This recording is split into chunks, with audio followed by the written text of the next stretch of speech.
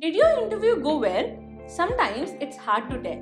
You might walk out with a good feeling because the recruiter was super friendly, only to end up disappointed later.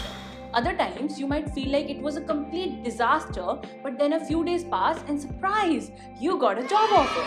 So, what are the actual job interview red flags? Hi, I am Manpreet, a career expert at Kick Resume. We have already helped millions of people get hired, and now it's your turn. In this video, I'm breaking down 5 signs that might mean you're not getting the job and also what to do about them. Let's get into it. Then it becomes extremely toxic. Wow. That Carol is one smart cookie. Come on, my lover. Starting out strong, the first potential red flag is if the interview is cut short. But don't panic just yet. Short interviews aren't always a bad sign. A long interview might not be necessary, for example, if you're applying for an entry-level position. However, if the company says the interview will last an hour but you're out in 10 minutes, there's a good chance you're not the match they're looking for. So how long should an interview last? It depends on the format. With that said, most interviews last somewhere between 30 to 60 minutes, but these are just general time frames. Sometimes if the interview includes an assignment or a task, it can take way longer. That being said, if your interview was considerably shorter than these time frames, or if it ended surprisingly early, it's not looking too good. Moving on to another red flag, have you ever heard the word overqualified during an interview? It's not exactly good news. It doesn't necessarily mean you're almost too good for this role.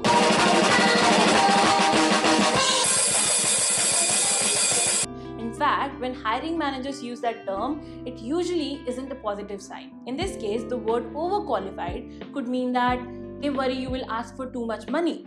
If you already have a lot of experience, there is a higher chance you will ask for a higher salary, and often the company isn't willing to offer that. But don't worry, you can handle this. If you are flexible on salary, let them know upfront that you are open to discussing compensation and that you are more interested in the role and the company's growth potential.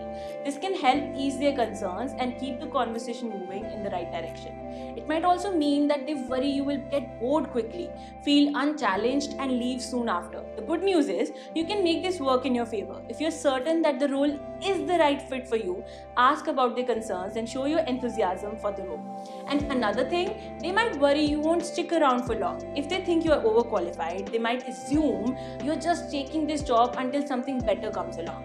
But if you're confident this role is the right fit, you can totally turn this around. Don't hesitate to ask about their concerns and explain why you are excited about the opportunity. Show them you are committed and it might just change their mind. The third job interview red flag you should watch out for is negative body language. Body language can tell you a lot about how the other person feels in the room, how they perceive you, and even give you clues about whether you are getting the job or not. If the interviewer seems disengaged, like avoiding eye contact, crossing their arms, or constantly checking the clock, it could be a bad sign. And suggested to me that acting techniques could improve my lecturing. Another thing to watch for is if they seem rushed or impatient, like tapping their fingers or not letting you finish your answers. These are subtle cues that they may have already made up their mind. Interviews are rarely a simple one and done process, like great job, you're hired. If only it were that easy. More often, it's a multi-step saga of phone screenings, assessment tests, first round interviews, second round interviews, and so on. Now, unless you have reached the very final stage and hear something concrete like, we'll let you know the final decision by the end of this week, you might want to keep your expectations in check. If they say something vague like, we'll get back to you, or thank you for your time, without giving a clear next step, it's often a hint that they are not too eager to hire you in the first place. On the other hand, when companies are excited about you, they keep you informed and move quickly so they don't lose you to another offer. That means saying something like, we'll be in touch to schedule the next interview, or the next step is a quick assessment and we'll schedule that for you soon. When they are genuinely interested, they give you a clear timeline and show a sense of urgency. And the final job interview red flag is their minimal effort to sell the job. Interviews should go both ways. Just like you're trying to impress the interviewer and show your best self, they should be doing the same for you, selling the role and the company to you. If they think you are a great fit, they'll want to make sure you are excited about the opportunity and feel like this collaboration will benefit both sides. Selling the role could look like talking about benefits, describing the company culture, or sharing interesting projects they have recently worked on. If they're not giving you any reason to get excited about the job, it could be because they're not that eager to hire you. When companies want you, they make an effort to show why you would want to work there too. Alright, so you didn't get those green flags that you had hoped for at the interview, but here's the thing. Just because you didn't get a clear sign that it went well doesn't necessarily mean it was a disaster. Interviews can be tricky to read. Instead of stressing over it, let's talk about how you can turn this situation around and still make the most out of it. Here are 4 steps you can take after a bad job interview. Take a minute to think about what didn't go as planned, especially from your side. Was there a question you got stuck on? Did you feel unprepared? Figuring out where things went sideways will help you improve for next time. Reflection is key to leveling up. Even if the interview didn't go well, it's always a good idea to send a polite thank you email. It shows you are professional, and who knows, it could leave a better impression and maybe even open doors for future opportunities.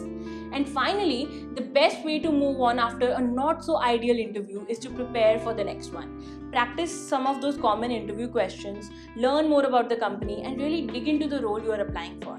The more you prepare, the more confident you will feel walking into your next interview.